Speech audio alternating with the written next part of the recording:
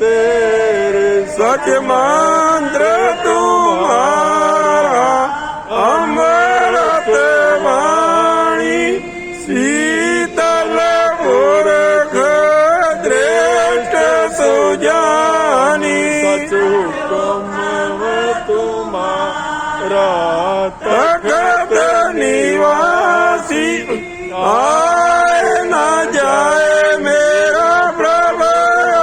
अविनाशी तुम मेहरबान दास हम दीना नानक साहिब पर लीना तुम मेहरबान दास हम दीना नानक साहिब पर लीना हम अवगुण भरे गुण नाही अमृत छाड़ विखे विख खाई माया मोह परम पै भूले सुखदारा स्यों प्रीत लगाई एक उत्तम पंथ सुनियो गुर संगत मिलत जम त्रास मिटाई करदास पाठ कीरत की गुरु रामदास राखो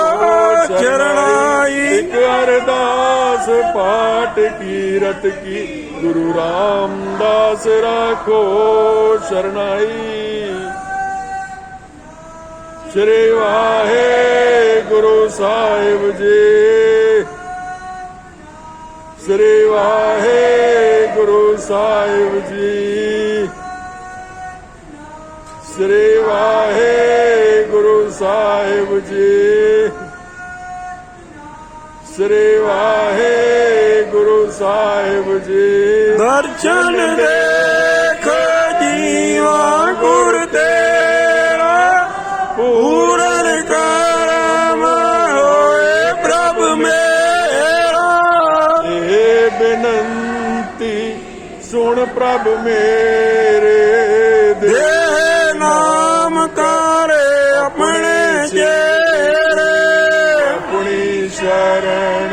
राख प्रभु दाते गुर प्रसाद की विरले जाते बिनो प्रभु मेरे मीता चरण कमाल वासे मेरे जीता नानक एक करे अरदास विसर नाही पूर्ण गुणता नानक